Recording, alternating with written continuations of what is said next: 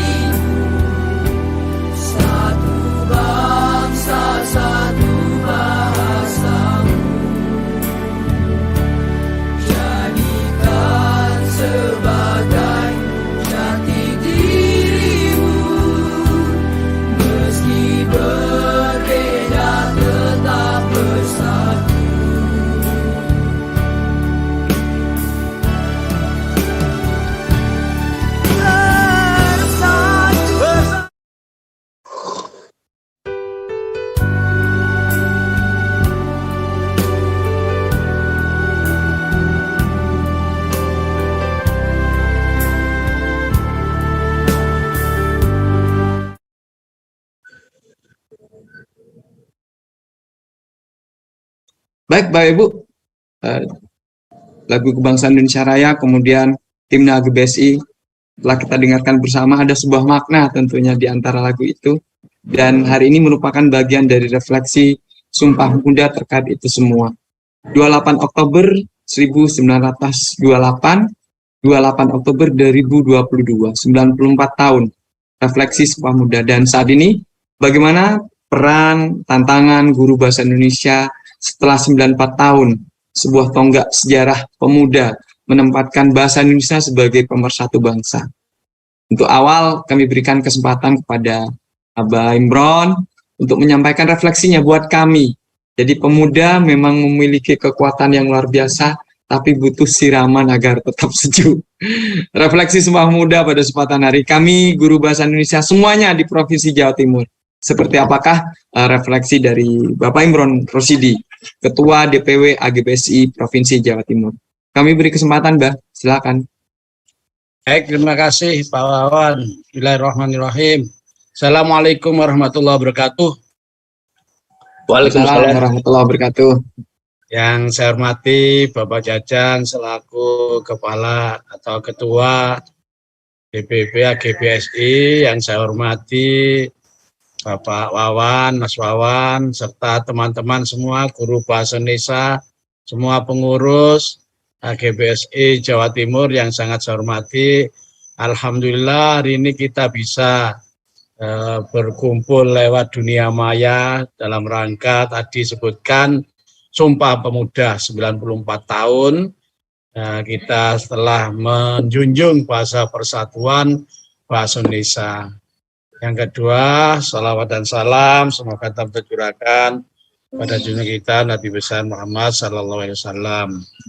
Bapak Ibu yang saya hormati, terima kasih Pak Wawan dan teman-teman pengurus lainnya yang telah memberikan kesempatan membuat sebuah ajang yang saat ini kita laksanakan dalam bentuk refleksi bahasa Indonesia setelah 94 tahun. Saya melihat bahwa saya selalu ketika saya mengajar di kelas, ketika saya masih mengajar dan saya mengajar juga sampai saat ini bahasa Indonesia di pesantren, kemudian di SMA, baru saja saya pulang mengajar di perguruan tinggi tentang bahasa Indonesia juga. Dan saya sebutkan bahwa guru bahasa Indonesia itu adalah kamus berjalan. Ya, kamus berjalan. Kenapa? Karena semua guru ketika ada mengalami kesulitan atau bahkan bertanya, seperti tadi saya tanya kepada mahasiswa, yang benar itu silakan apa silahkan. Masih hampir 90% mengatakan silahkan, padahal itu calon guru bahasa Indonesia. Dan kita harus ingat sebagai guru bahasa Indonesia, dari manapun dia berada, harus bisa berbahasa Indonesia dengan baik dan benar. Baik dalam arti sesuai dengan kegunaannya, sedangkan benar itu artinya sesuai dengan kaidah atau aturan yang ada dalam penggunaan maupun penulisan bahasa Indonesia. Untuk itu, saya selalu pesan pada guru bahasa Indonesia, selalulah menggunakan bahasa Indonesia yang baik dan benar. Ketika saya mengajar di pesantren, saya sampaikan bahwa bersyukurlah dulu para pemuda yang melakukan ikrar pemudanya. Salah satu ikrarnya adalah kami putra-putri Indonesia menjunjung bahasa persatuan bahasa Indonesia. Saat itu para pemuda ya tidak memiliki keegoan tersendiri. Yang sebenarnya bahasa yang digunakan sebagai bahasa Indonesia harusnya mungkin bahasa Jawa karena penduduknya paling banyak. Tetapi kita ingat bahwa ada bahasa lingua franca saat itu, bahasa yang dikenal oleh banyak orang. Maka disepakati bahwa bahasa Indonesia yang mengacu atau berasal dari bahasa Melayu itu digunakan sebagai bahasa pemersatu. Apabila tidak ada bahasa Indonesia sebagai bahasa pemersatu, mungkin negara kita tidak akan pernah bersatu.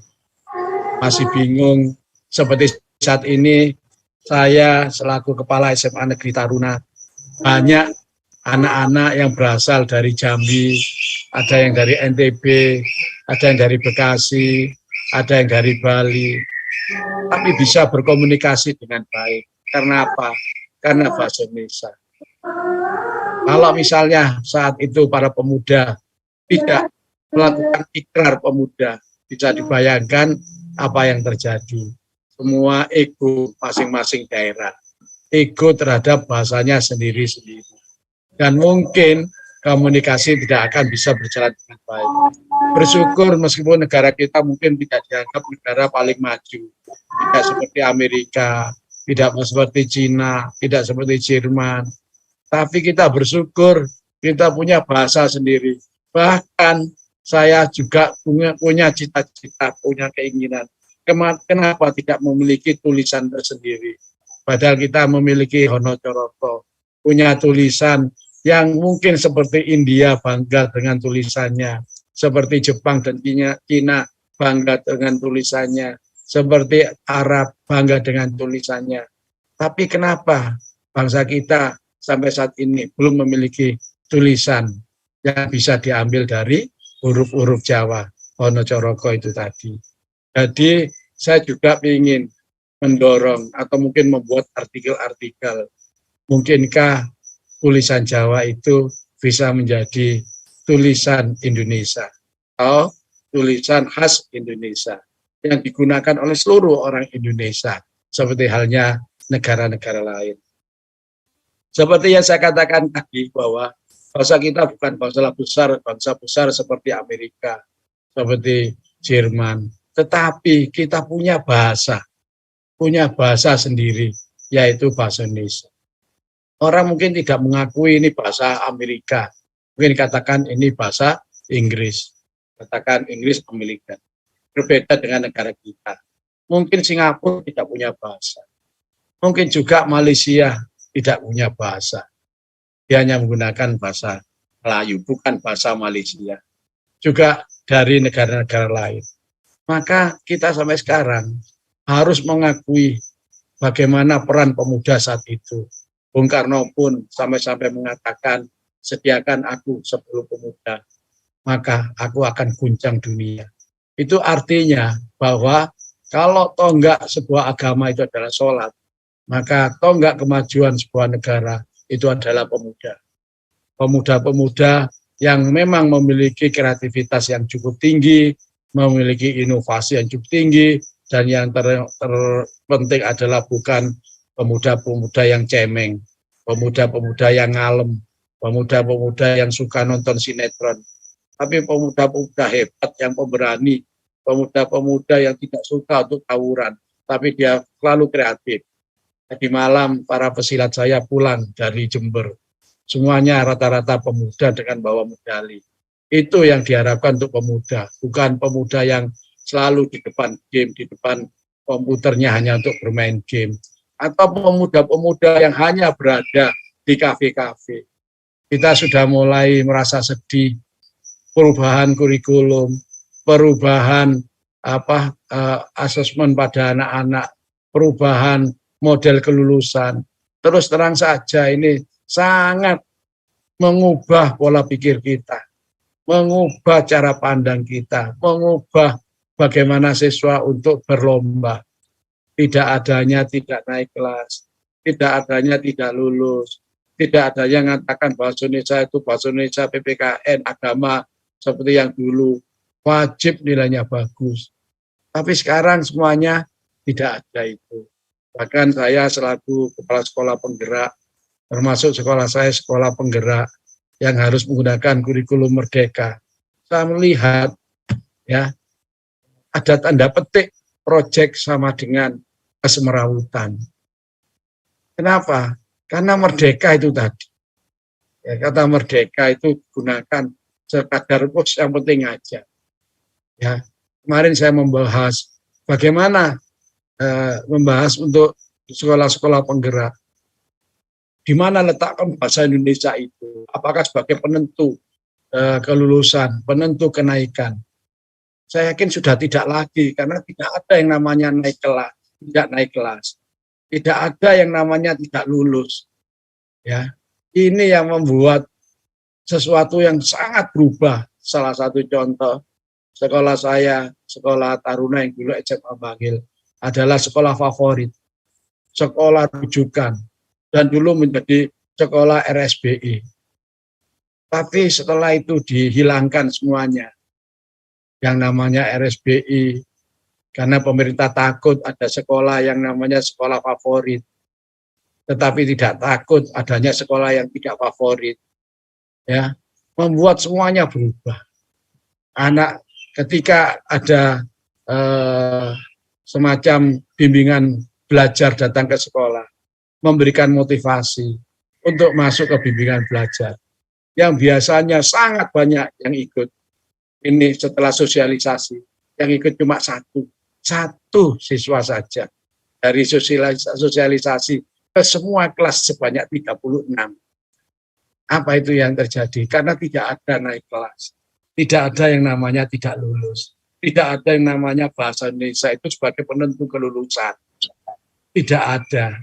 Nah, untuk itu, Bapak Ibu, kita sebagai guru bahasa Indonesia sekarang bertambah berat, terutama dengan adanya kurikulum. Saya kurikulum merdeka. Saya selalu mengatakan, perbanyak perubahan kurikulum. Tetapi kalau mindset kita sebagai guru bahasa Indonesia yang mengajarnya sekadar, silakan dibaca, jawab pertanyaan di bawahnya, maka boleh dikatakan tidak ada gunanya perubahan kurikulum. Masih banyak guru-guru yang tidak mau berubah, yang selalu mengatakan, aku ngene aja, saya begini saja, sudah jalan.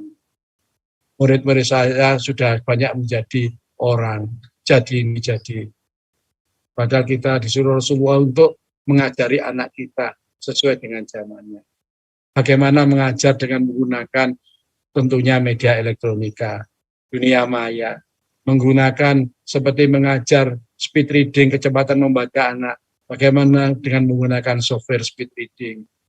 Ya, nah itu yang harus digunakan. Kita mulai bertransformasi digital. Apa yang bisa dilakukan oleh seorang guru dengan membuat sebuah makalah hasil dari mengeksplor semua sumber belajar, baik itu dari buku, majalah, surat kabar, internet, maupun dari jurnal-jurnal penelitian yang bisa dicari buku-buku lewat Google Book atau dengan lewat apa saja. Itu harus digunakan berbagai sumber itu dengan menggunakan semua yang ada dalam media sosial. Nah, guru bahasa Indonesia yang masih muda-muda ya harus selalu menggali hal-hal yang baru. Bagaimana sih mengajarkan dengan kurikulum merdeka itu?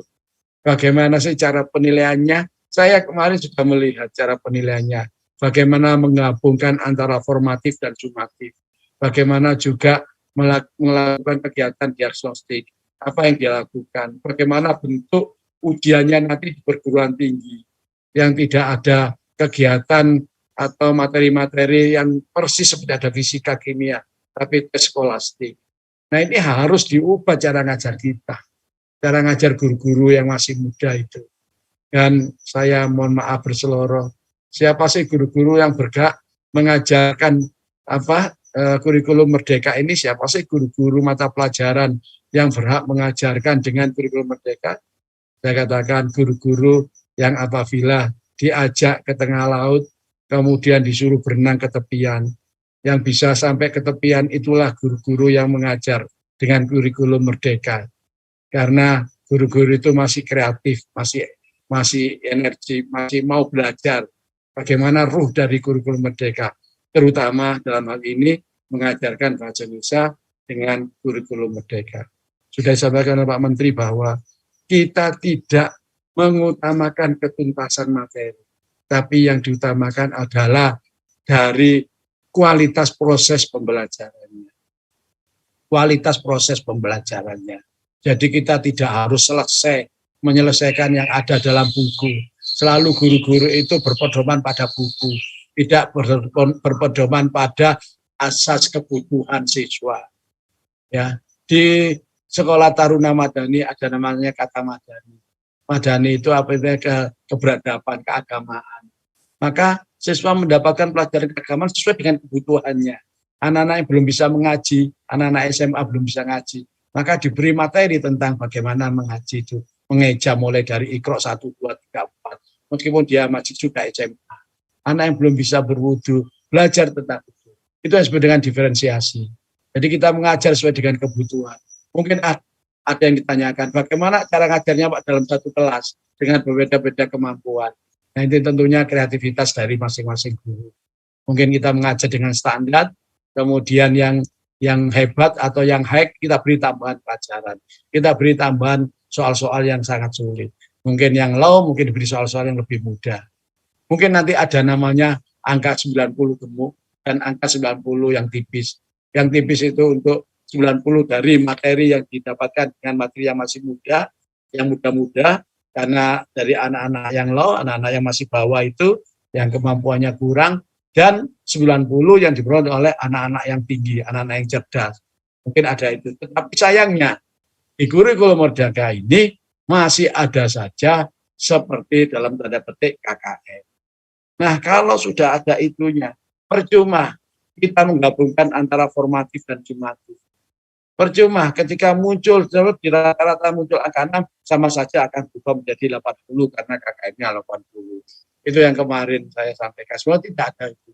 Gunakan saja seperti TOEFL. Biarkan dia lulus dengan nilai berapa. Biarkan dia lulus dengan nilai 400. Biarkan dia lulus dengan TOEFL 350.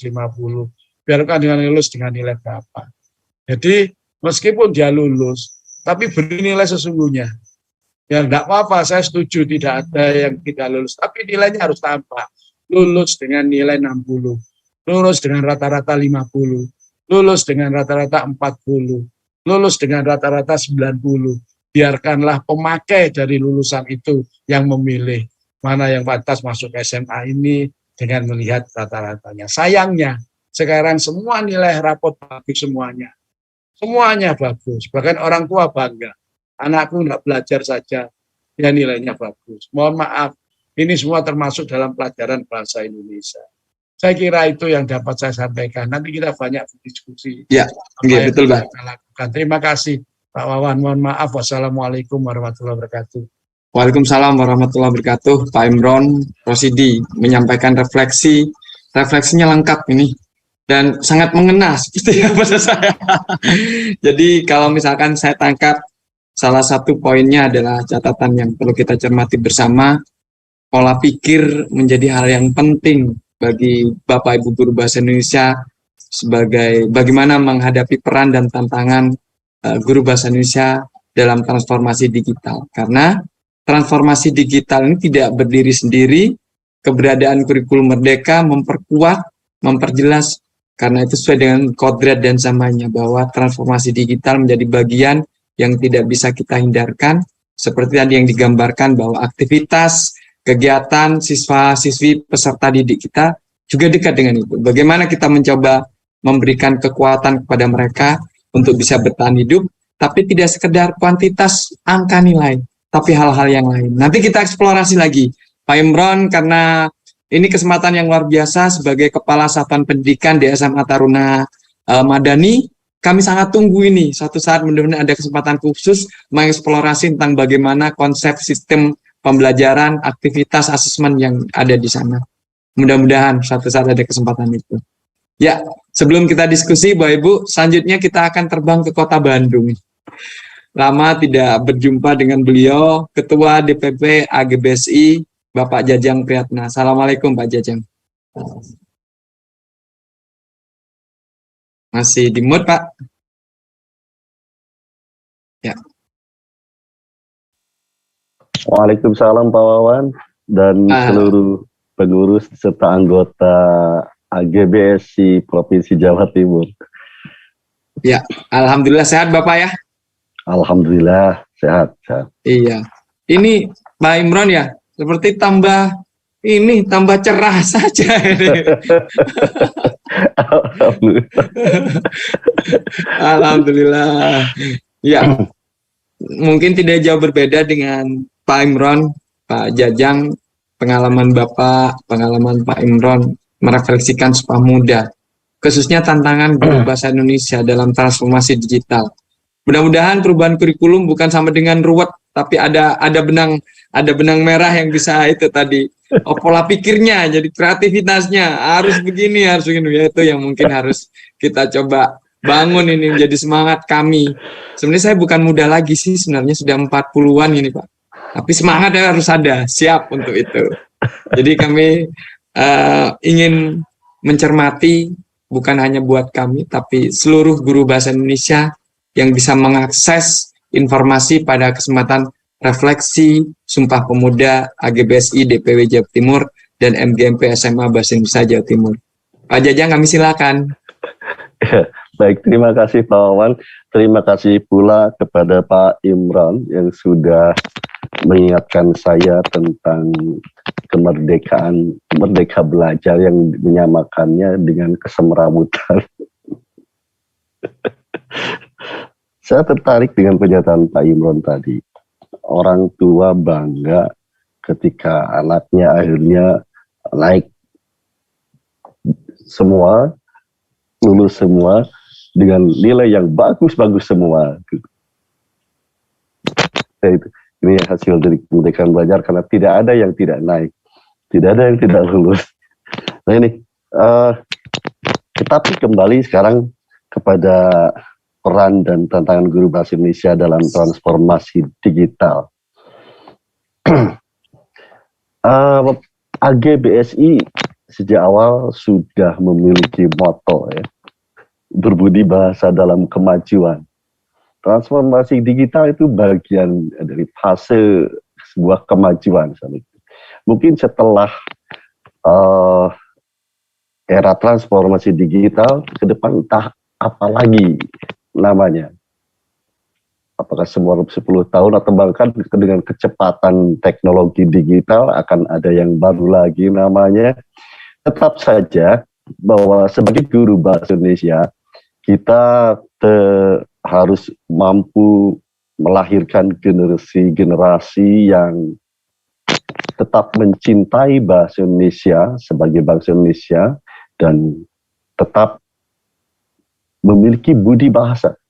Berbudi bahasa ini pendidikan karakter yang sangat diperlukan untuk anak-anak didik kita, untuk peserta didik. Dan peran guru bahasa Indonesia inilah yang sebenarnya. Apapun sistemnya, kita saya pikir sudah mempunyai satu yang flat sifatnya. Berbudi bahasa dalam kemajuan. Kemajuannya seperti apapun, transformasi digital atau ke depan apalagi yang lebih dari digital. Karena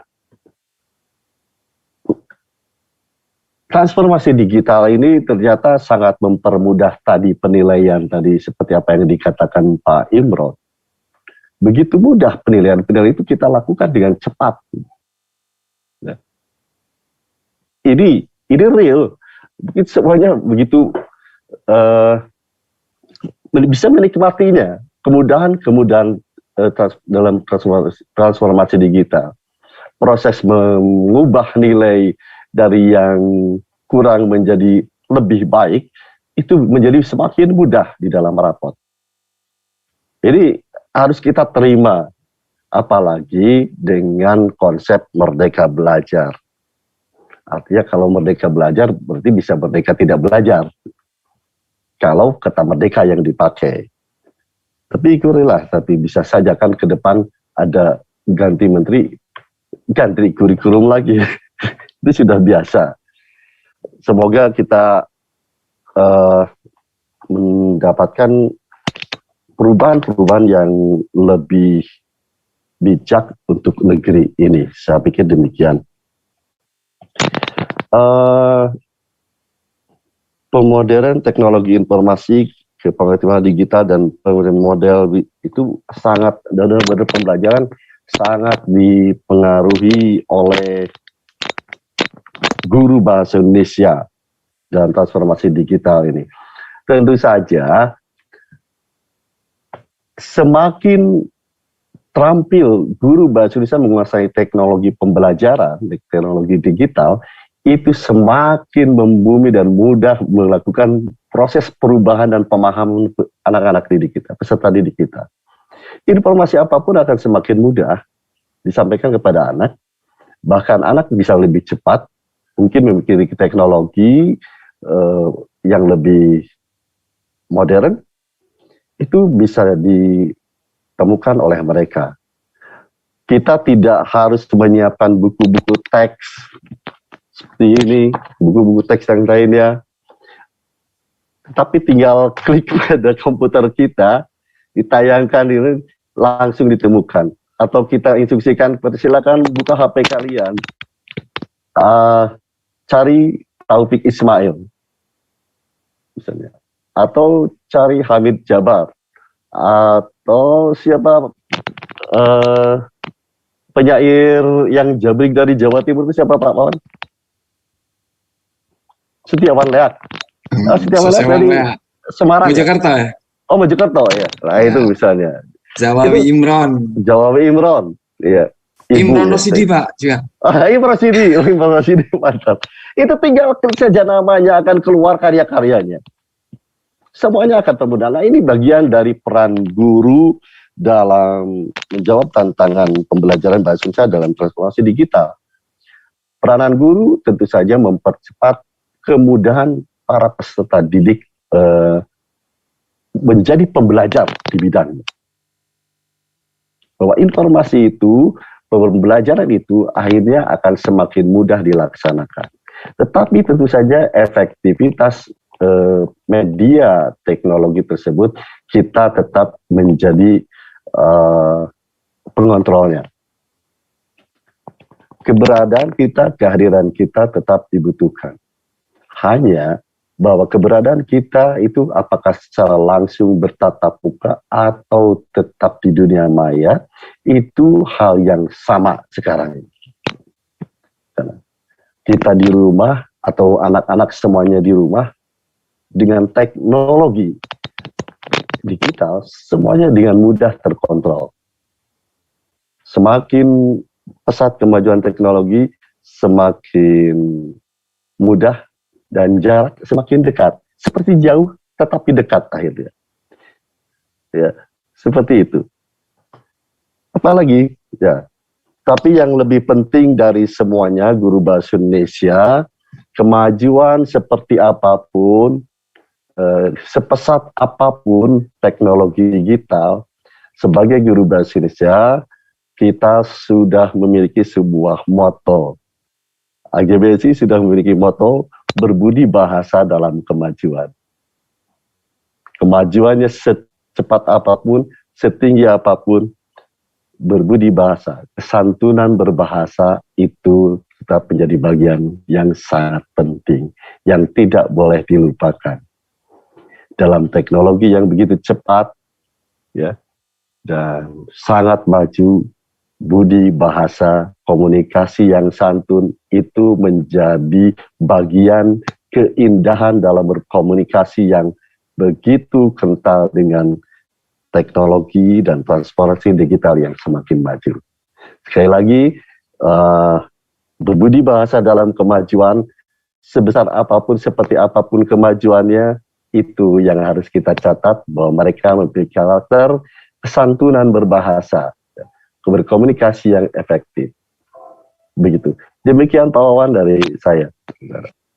Ya, terima kasih Pak Jajang, Kota Bandung.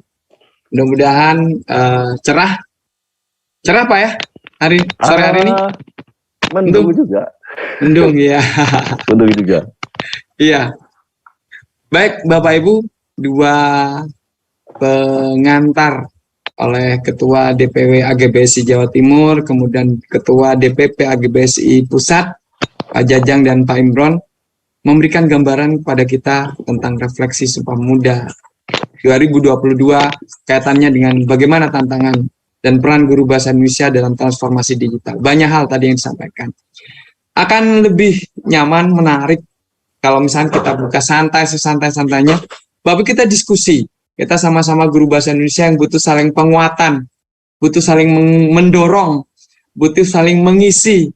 Karena jangan sampai kurikulum merdeka sama dengan kesemrawutan tadi disampaikan oleh Pak Imron, karena memang adaptasi yang perlu kita bangun kaitannya dengan pola pikir yang sudah terbiasa dan mengakar selama ini yang kita ketahui bersama sebagai guru bahasa dan sastra Indonesia. Baik, kesempatan pertama kami berikan kesempatan Bapak Ibu, silakan langsung angkat tangan atau langsung buka mikrofonnya Bapak Ibu, silakan, enggak apa-apa. Madura ini mungkin biasanya. Pak Saiful, Suja, Banyuwangi. Oh, Bu Rini dari SMA Negeri 1 Leces nih.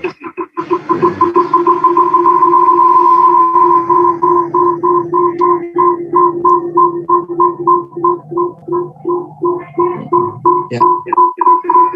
Pak Saiful.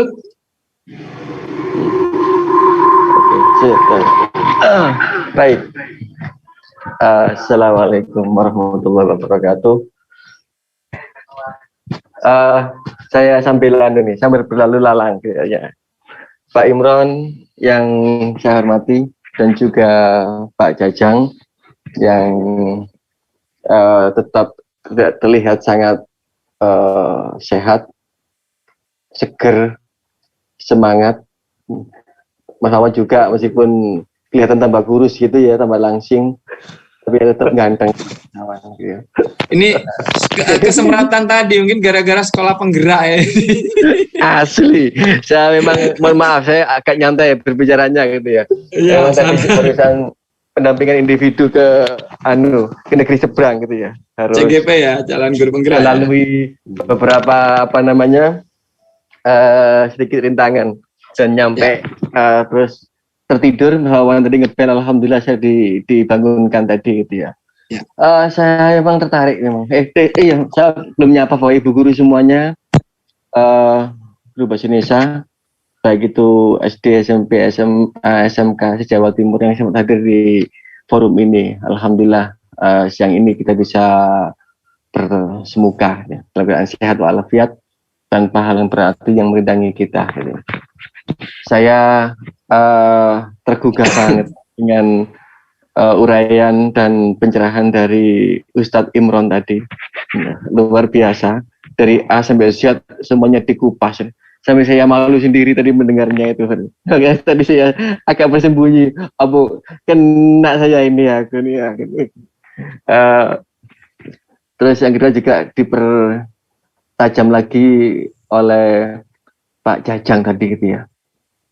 Yang intinya kalau menurut saya dengan bahasa saya sendiri, di era digital ini hal yang sangat kita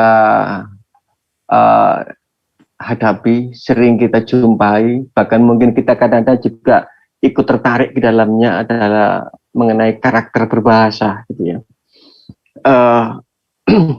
Diakui atau tidak, dengan kita bukan mencari alasan gitu ya, mencari kesalahan atau pembenaran akan keberadaan kita. Memang takdir begini, ini takdirnya sudah gitu ya, bahwa dalam 2-3 tahun terakhir memang seolah-olah budaya berbahasa kita di era digital terutama gitu. Karena memang guru anak-anak sekarang ini gurunya nggak hanya kita, tapi dunia digital, dari media sosial yang setiap saat, setiap waktu bisa mereka akses, sehingga yang cekak, bahasa Maduranya cekak gitu ya, yang nancap di memori mereka, di hati mereka, akhirnya berujung pada ke perilaku berbahasanya juga ikut sesuai dengan media yang satu arus, satu jalur dengan mereka juga. Dan keberadaan penggunaan berperilaku bahasa anak-anak itu diakui atau tidak, itu sangat jauh menjauhi kaidah-kaidah yang berlaku. Maka mau tidak mau dari kita selaku guru, pemerhati atau pengembang bahasa itu berpikir lagi bagaimana upaya kita untuk mengatasi hal ini gitu ya.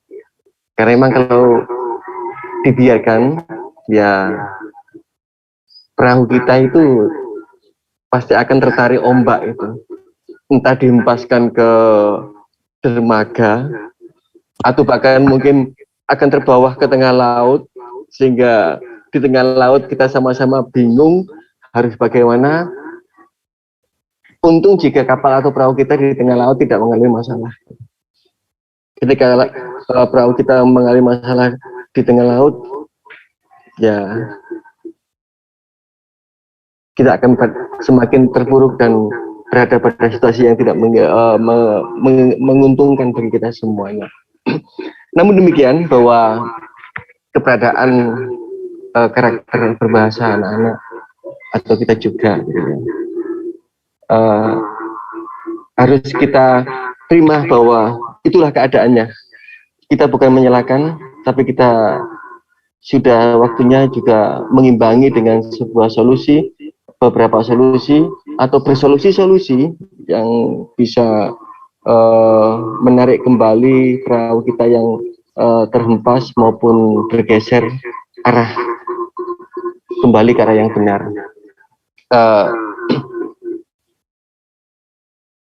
Yang lebih celaka lagi kadang-kadang ya memang guru bahasa Indonesia yang mempunyai kewajiban utama, Bapak Ibu guru yang muda, karena betul juga guru bukan baru bahasa Indonesia, yang juga lahir dalam era milenial, mengikuti hal yang sama.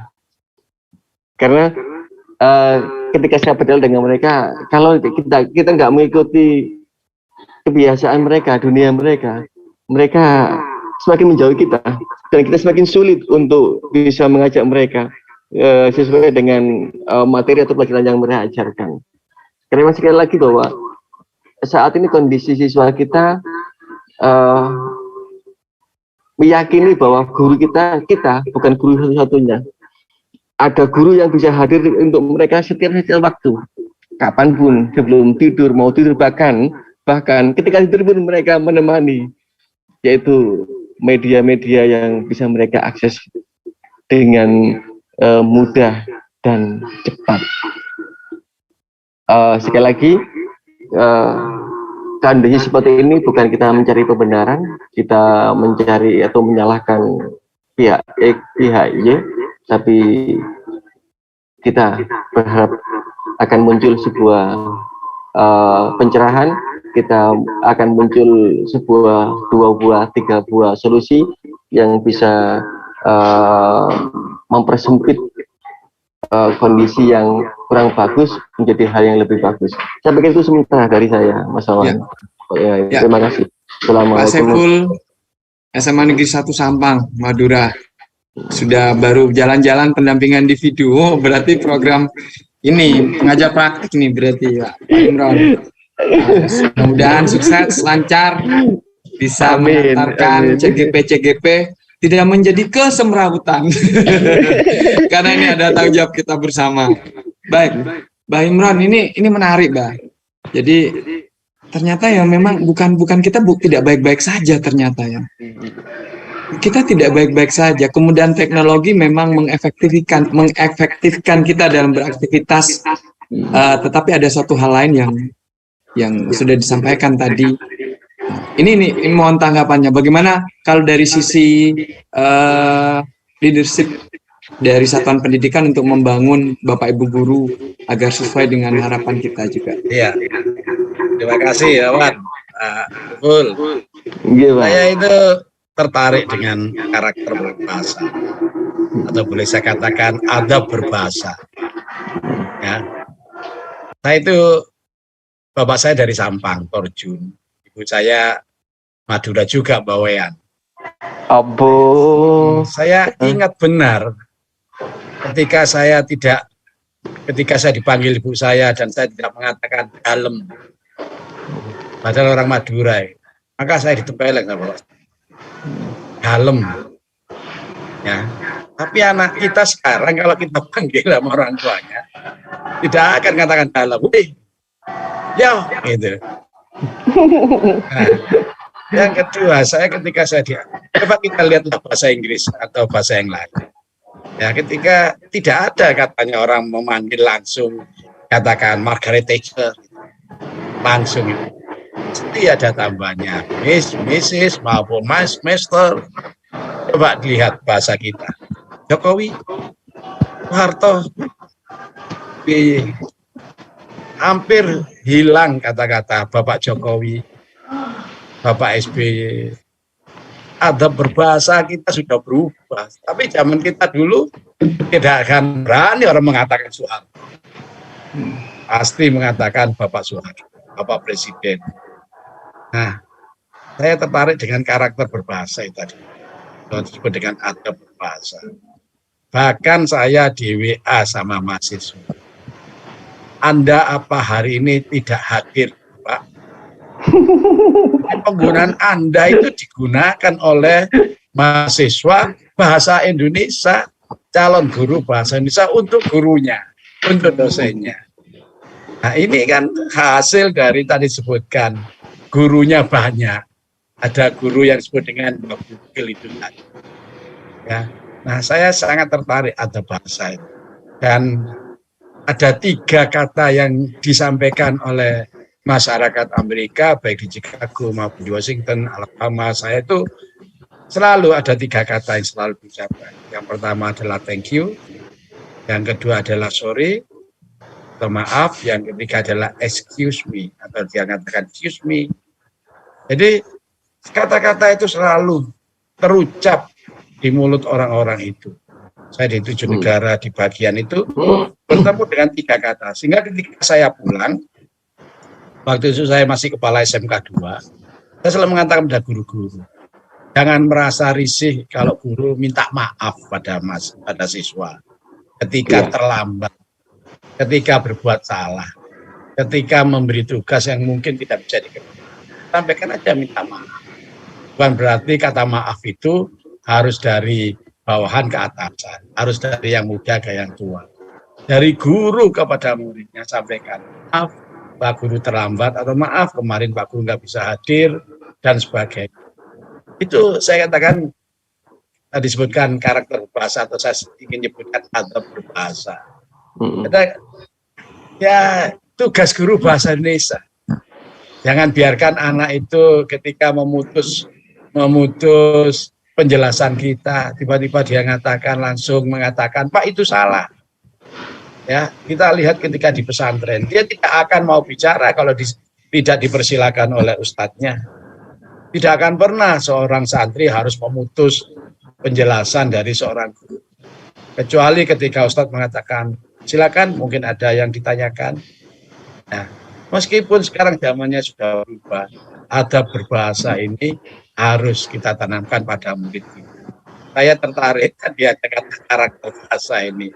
Saya terus terang saja ditempeleng Bapak gara-gara tidak bilang dalem. Sekarang enak presiden itu. Jokowi, Soeharto. Kalau dulu Soeharto, insya Allah diamankan. Terima kasih, itu tambahan dari saya. Pak Imran, karakter berbahasa, dan kalau kita kembali ke motonya Agabis, berbudi luhur dalam kemajuan. Ya, gimana menanggapi itu Pak Jajang? Berbudi luhur, karakter bahasa sudah ini ya, memang ternyata udah kawin ini. Dalam kemajuan. Berbudi bahasa dalam kemajuan. Kata kemajuan itu karena ini sangat tidak berbatas waktu. Apapun namanya.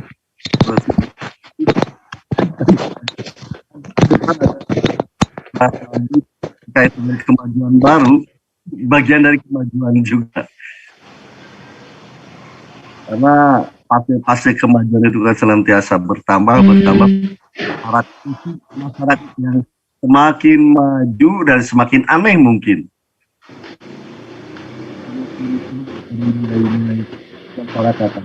Saja di sini bagaimana peran di bahasa dan guru bahasa untuk mempertahankan fungsi bahasa sebagai alat komunikasi yang efektif, tetap dengan kesantunannya, dengan keindonesiaan.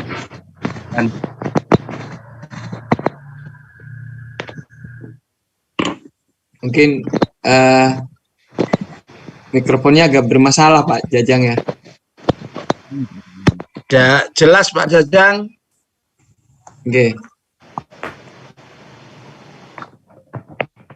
Baik. Baik Pak Wan, sekarang sudah. Wah, ini Bagus. Tadi mudah-mudahan tidak. hilang. Iya, mudah-mudahan bukan gara-gara mendung Pak Imron ya. Tidak. Ternyata colokannya lepas. Oh ya. Terkait dengan berbudi bahasa dalam kemajuan, itu pilihan kata yang sudah saya pikirkan lama sekali, karena semakin kemari sopan santun berbahasa antar pengguna bahasa, baik perbedaan usia, perbedaan hubungan kekerabatan, dan lain-lain, itu semakin lepas dari keterikatan itu, kesantunan. Ini ada kaitannya dengan kemajuan-kemajuan tersebut. Apakah kemajuan teknologi, dan sekarang kemajuan yang mungkin disebut reformasi digital dan lain-lain. Ke depan mungkin ada istilah-istilah baru lain. Karena itu kita harus memiliki senjata berbudi bahasa tersebut untuk menghadapi berbagai perubahan-perubahan karakteristik masyarakat karena adanya kemajuan-kemajuan. Sekarang transformasi digital, ke depan kita tidak tahu transformasi apa lagi setelah digital. Saya tidak bisa membayangkan transformasi semacam apa lagi setelah transformasi digital. mungkin orang-orang yang sudah bergaul dengan hal yang sangat digital bisa mencoba berimajinasi pasca transformasi digital 5 tahun yang akan datang atau 10 tahun yang akan datang seperti apa. Saya tidak secerdas para penulis fiksi, science fiction. Tidak cerdas seperti mereka. Mereka mungkin bisa berhayal bagaimana pola komunikasi masa depan. Bahkan boro-boro berpikir tentang kesantunan berbahasa. Yang penting cukup tersampaikan dengan cepat sudah baik. Apakah seperti itu saya tidak tahu. Hanya kita sebagai guru bahasa Indonesia memiliki peranan penting dalam membangun karakter bangsa melalui karakter berbudi bahasa dalam kemajuan ini. Dia tetap hidup dalam kemajuan, tetapi komunikasinya tetap bertahan dengan santun. Gitu. Terima kasih Pak Wawan. Ya, Pak Jajang. Mohon maaf tadi berbudi luhur. Saya konfirmasi. Ya, ini. Oh, sambil lapor. Iya, sambil ikut ini. Siap. Jadi berbudi bahasa dalam kemajuan ada. Justru ini malah menjadi semacam alternatif buat kita dengan adanya kurikulum merdeka yang Bapak Ibu guru bisa menyesuaikan dengan proses kegiatan aktivitas pembelajaran satuan pendidikan masing-masing, khususnya guru bahasa Indonesia, sudah mulai ketemu benang merahnya bagaimana memasukkan unsur berbudi bahasa, karakter bahasa. Ini menjadi catatan kita di Refleksi Sumpah Pemuda pada kesempatan sore hari ini. Ini menarik. Silakan Bapak Ibu, mungkin ada tanggapan yang lain, silakan. Iya.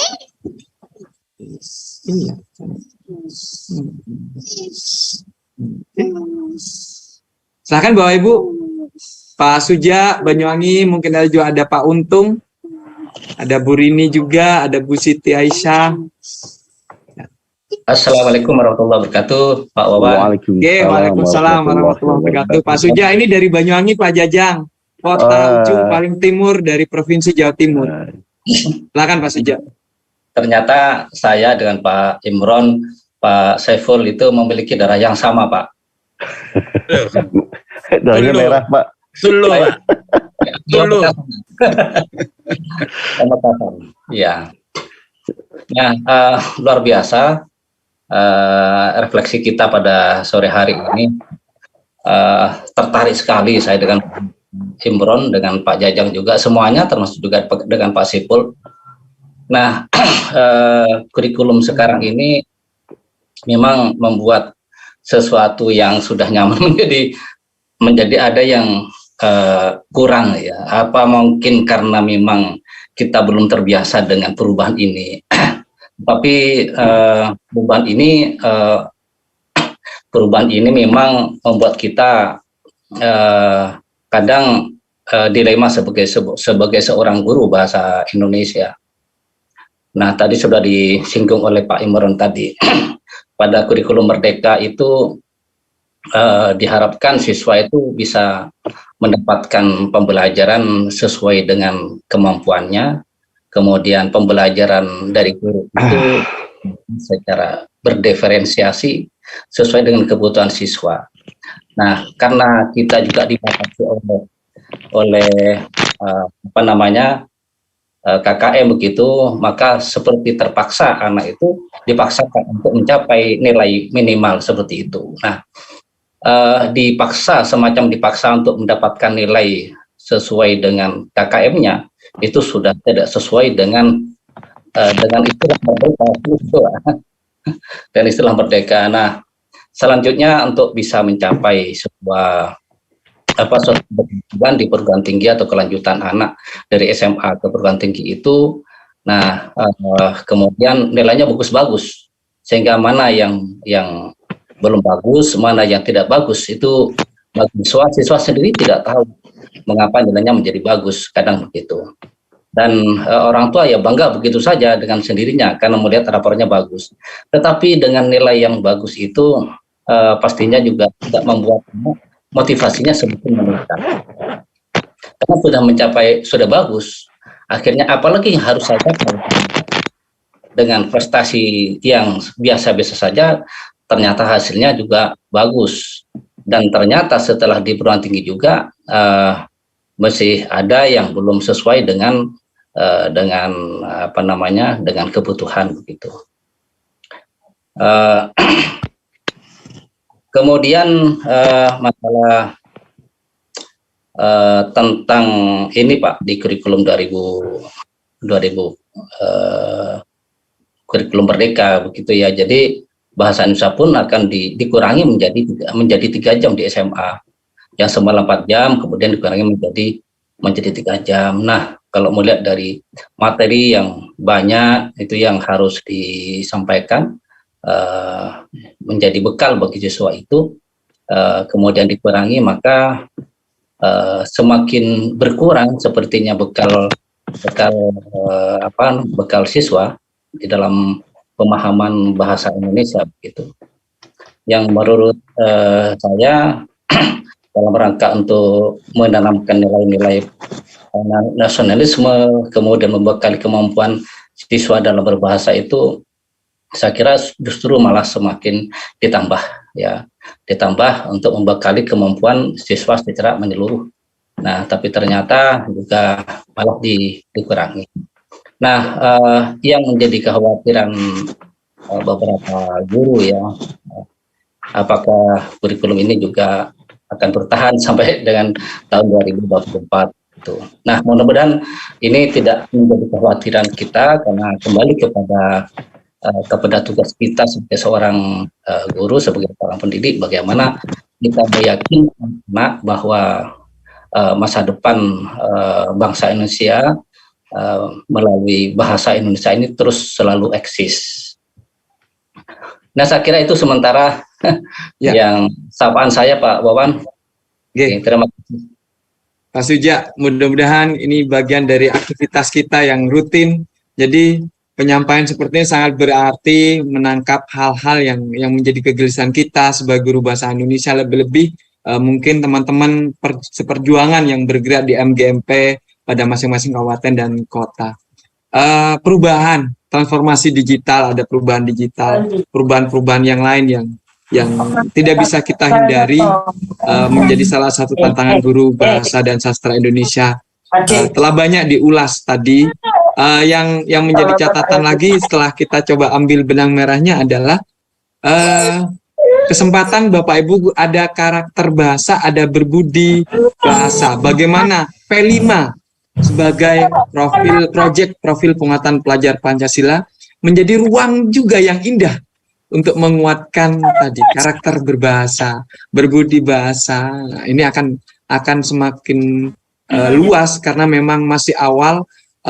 Kalau perubahan itu agak hal menakutkan, ini akan menjadi sebuah kesempatan buat kita bagaimana memanfaatkan P5 menjadi bagian wadah yang sangat luas, indah, untuk menguatkan karakter berbahasa dan berbudi bahasa oleh siswa-siswi kita. Mohon tanggapannya, mungkin siapa yang akan menanggapi, boleh Bapak Ibu atau Pak Imron. Bagaimana Pak P5-nya di SMA Taruna Madani? Untuk Bu Anu suruh dulu, Bu Ani. Sudah Pak, sudah saya ini. Iya. Baik, Bapak Padu ini semangat, senang tahu tentang P5. Sebenarnya ya ruh dari kurikulum itu ya karakter itu, P5 itu. Siap. Tapi kenapa harus ada nilai lagi, angka-angka? Ya. Ada angka-angka, tapi ruhnya itu P5. Hal yang kontradiktif. Ya, kalau memang tujuannya itu di P5, nggak usah ujian sumatif untuk kognitif, ya, ujian formatif untuk kognitif, ya. Tetapi kalau P5 itu sekadar alat untuk mendapatkan nilai 8, nomor 9 yang dalam tanda petik palsu, ya, maka ruh P5-nya justru hilang. Ya, betul. Hilang ruhnya. Ya, memang ada pengurangan jam, itu saya tidak masalahkan sebetulnya, karena di situ ada proyek kan.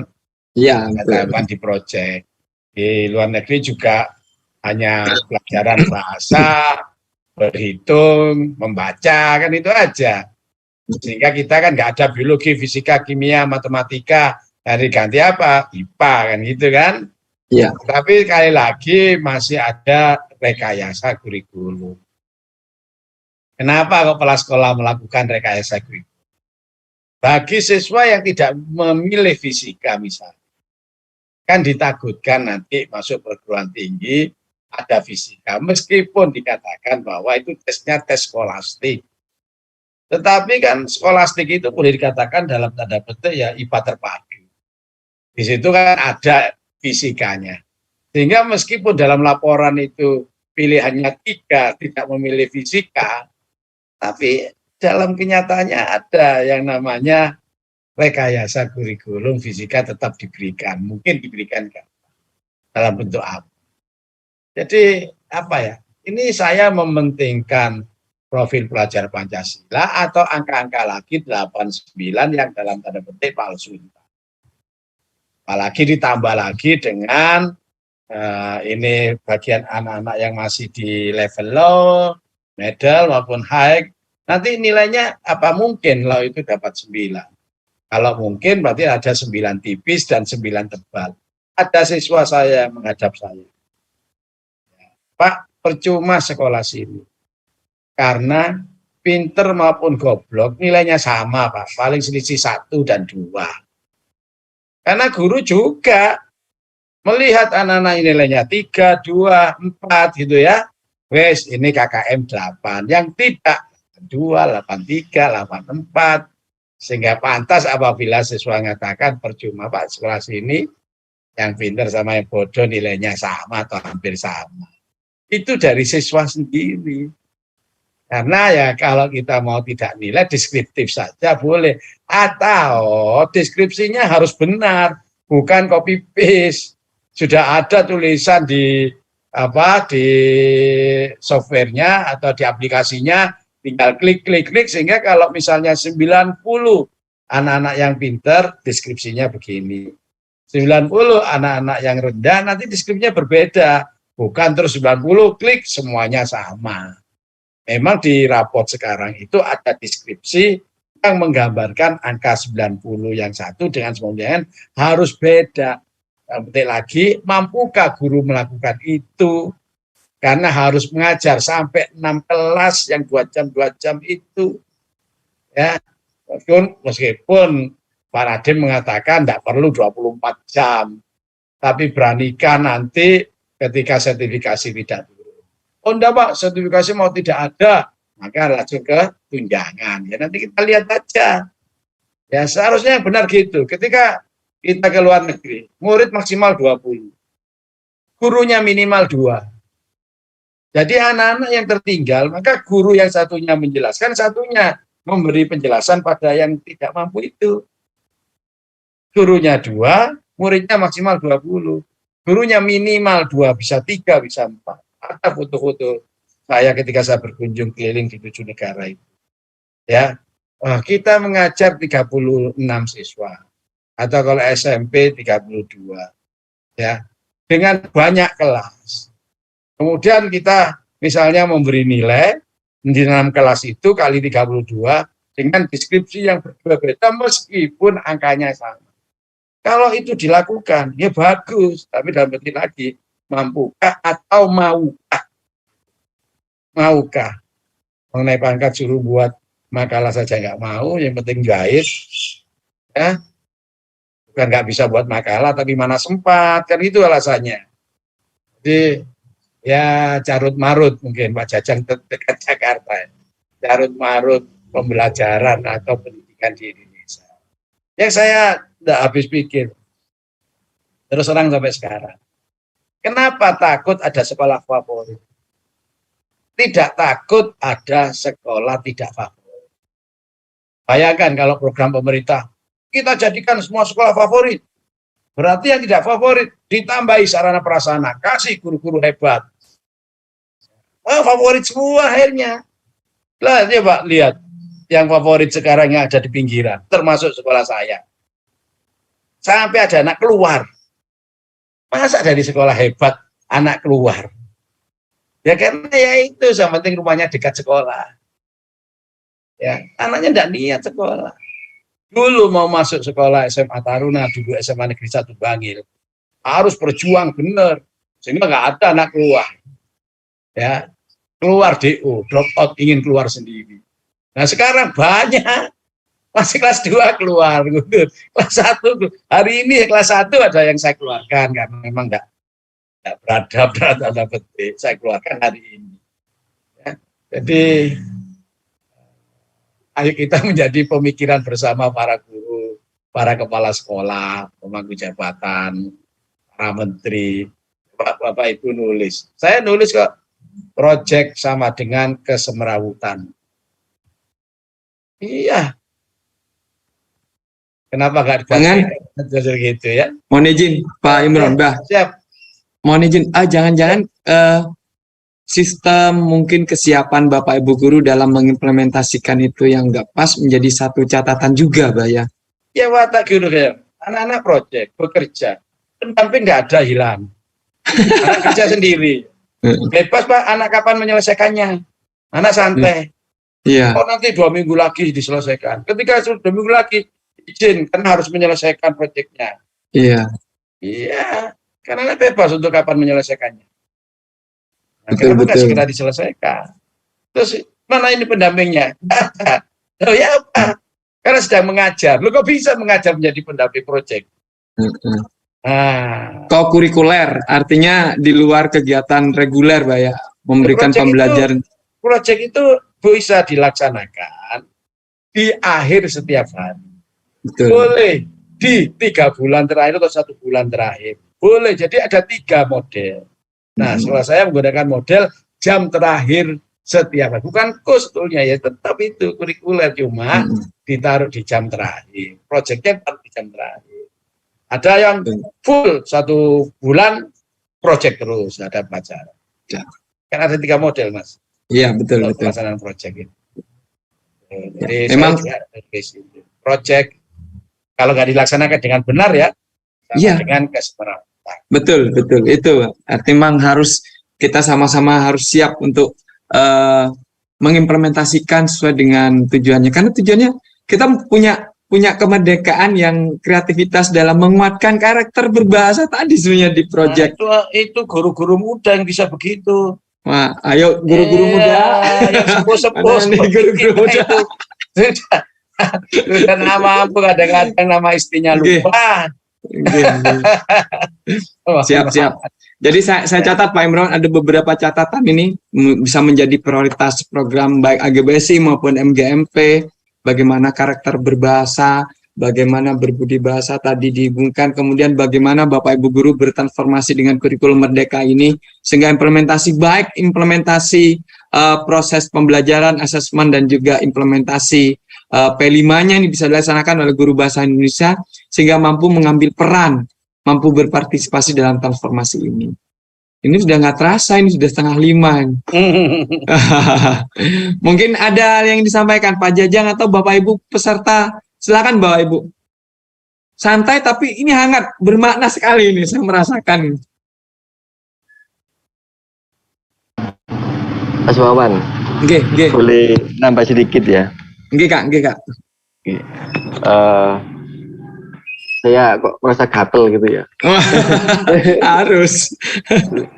Ya, sekali lagi saya lebih ingin nyantai berbicara gitu ya. Ya, kita anggap ngopi di warung saat ini gitu ya. Jadi tadi saya tertarik dengan P5 tadi itu ya, Dr. Pancasila itu ya. Memang sekolah saya belum IKM gitu ya. Jadi ya kami tetap berusaha terus untuk menggali, mengejar, diskusi, mencari jati diri IKM gitu. Dan sering diskusi dengan teman-teman, saya melihat teman-teman pelaksanaan IKM, terutama di proyek tadi yang dibahas oleh Pak Imron. Akhirnya otak kecil dan otak nakal saya itu berpikir begini, sepertinya dengan munculnya proyek DP5 ini, sepertinya kita terjebak dalam dunia kuantitas. Artinya begini, saya berpendapat secara pribadi loh, mohon maaf jika salah nanti boleh disalahkan, tidak apa-apa. Kita sebagai pendamping pengajar di P5 itu lebih mementingkan hasil akhir produk itu. Gitu. Tetapi saya setuju sekali itu yang disampaikan itu, sehingga dipamerkan hasilnya sampo, hasilnya itu sapu lidi, kayak seperti anak SMA tapi pameran anak, mohon maaf PKLK. Harusnya laporannya itu dua video bagaimana anak bekerja sama, kayak pendapat, bukan hasilnya produk batik. Nah ini proyek dari dulu, nggak perlu kurikulum merdeka ya sudah bisa buat batik, saya buat sampo, kan itu ya Mas ya. Sependapat. Iya, betul. Jadi lebih mengejar pada kuantitas, bukan kualitas. Karakter yang ingin dicapai di sana, yang bergotong royong, yang kritis, yang analitis, sebagainya itu hilang. Gitu. Ya mungkin benar kata Pak Aun tadi itu, anak-anak sudah bekerja, waktu nggak terbatas, gurunya dari jauh nggak memantau, ya tapi yang penting hasil akhir produk mereka selesai gitu, tanpa melihat bagaimana perkembangan siswa itu menjalankan berproses untuk mencapai itu, bagaimana seharusnya standar yang ingin dicapai dalam kualitas dirinya, perilakunya, berbahasanya, pengetahuannya, bahkan keterampilannya. Saya pikir itu catatan saya yang penting gitu ya. Jadi mungkin kita jangan terjebak oleh keadaan bahwa proyek P5 itu seharusnya utamanya adalah di kualitas diri dan pemikiran kita, bukan kuantitas yang bisa ditonjolkan yang ujuk-ujuk jadi. Gitu. Terima kasih Mas Wawan. Ya, menarik. Luar biasa. Bersyukur refleksi tanggal 28 hari Jumat. Mudah-mudahan barokah, menguatkan pada diri pribadi kita dan guru-guru bahasa Indonesia, khususnya di Jawa Timur. Walaupun tidak hadir pada secara langsung di virtual Maya telekonferensi Zoom ini, saya yakin rekaman kita masih bisa diakses Bapak Ibu di laman YouTube AGBSI, Asosiasi Guru Bahasa dan Sastra Indonesia. Ini menjadi catatan, Pak. Sudah saya catat, Pak Imron, beberapa hal untuk mudah-mudahan menjadi prioritas program dari AGBSI dan juga mudah-mudahan segera diimplementasikan oleh MGMP Bahasa Indonesia SMA Provinsi. Karena memang tidak semudah yang kita bayangkan dengan aktivitas program dan adaptasi di kurikulum Merdeka ini, Bapak Ibu memiliki kesempatan yang lebih terbatas karena skala prioritas Bapak Ibu untuk mencoba beradaptasi dengan kurikulum Merdeka ini. Baik Bapak Ibu, tidak terasa waktu, kita akan mencoba memberikan bukan pernyataan di akhir, tapi bukan pernyataan penutup, penguat buat kita dari semua yang disampaikan. Hangat akan pasti merindukan diskusi seperti sore hari ini. Saya kembalikan kepada Pak Imron, nanti Pak Jajang untuk pernyataan penutup pada kesempatan refleksi pemuda sore hari ini. Pak Imron, singkat silakan, Mbak. Terima kasih guru-guru bahasa Indonesia yang sangat saya hormati. Lakukan pembelajaran bahasa Indonesia sesuai dengan ruh kurikulum yang digunakan. Dan jangan alergi terhadap perubahan. Jangan merasa bahwa bukan guru kalau tidak berceramah. Bukan guru kalau tidak yang terbaik. Artinya sayalah yang paling bisa. Lakukan itu dan insya Allah pembelajaran bahasa Indonesia akan berjalan sesuai dengan yang diinginkan dalam kurikulum.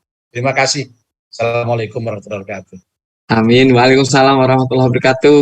Selanjutnya Pak Jajang, Kota Bandung, Ketua DPP AGBSI, berkenan memberikan pernyataan penutup di kegiatan refleksi. Mudah-mudahan masih bisa bergabung. Pak Jajang. Ya, sepertinya Pak Jajang terputus jaringannya. Bapak Ibu, refleksi Sumpah Pemuda pada kesempatan sore hari ini memberikan penyadaran buat kita bersama bahwa guru bahasa Indonesia tidak sekadar guru yang menyampaikan hal-hal bersifat kognitif, tapi ada suatu hal yang ternyata sakral untuk menghormati bagaimana perjalanan Sumpah Pemuda menjadi satu hal yang berarti menguatkan bangsa Indonesia menjadi satu kesatuan utuh Republik Indonesia, Negara Kesatuan Republik Indonesia. Berbudi bahasa, karakter berbahasa, menjadi ciri khas kekuatan bangsa Indonesia agar tidak tergoyahkan. Karena NKRI itu harga mati. Itu menjadi hal, tantangan buat kita semua. Karena ketika memiliki karakter, transformasi apapun, lebih-lebih transformasi digital, akan menjadi penguat efektivitas kita dalam beraktivitas sebagai guru. Berikutnya, kita akan sering berdiskusi seperti ini, Bapak Ibu, dengan suasana santai yang seperti ini. Sekali lagi ini bagian dari proses, bukan kuantitas, tapi bagaimana kita mencoba saling menguatkan, mendorong, dan memberi arti bahwa bahasa Indonesia akan menjadi hal yang indah buat anak-anak kita, dengan menyampaikan apapun akan menjadi hal yang indah, dengan cara mereka dan karakter bahasa Indonesia kita yang sesungguhnya. Demikian, refleksi Sumpah Pemuda, tantangan guru bahasa Indonesia dalam transformasi digital, yang diselenggarakan oleh DPW AGBSI Provinsi Jawa Timur dan juga MGMP Bahasa Indonesia Jenjang SMA Provinsi Jawa Timur. Terima kasih yang sedalam-dalamnya Pak Imron Rosidi, Ustadz Imron Rosidi, Kepala SMA Taruna Madani, Bangil, Pasuruan, sekaligus juga Ketua DPW AGBSI Provinsi Jawa Timur, Bapak Jajang Priyatna, Guru SMA 5 Bandung, dan juga sekaligus juga sebagai Ketua DPP AGBSI Pusat, dan seluruh Bapak Ibu Guru Bahasa Indonesia khususnya di Provinsi Jawa Timur, Bapak Ibu Guru seluruh tanah air yang memiliki peran dalam proses peningkatan kualitas pendidikan di Indonesia.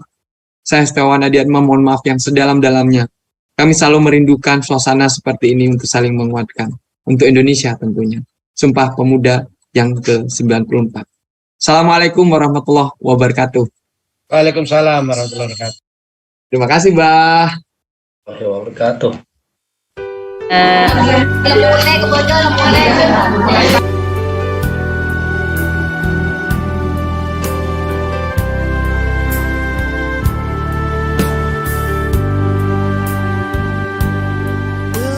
Terpujilah Tuhan Maha Kuasa, telah Kau ciptakan Indonesia Raya, negeri yang indah penuh pesona, bangsa yang ramah berbudi bahasa.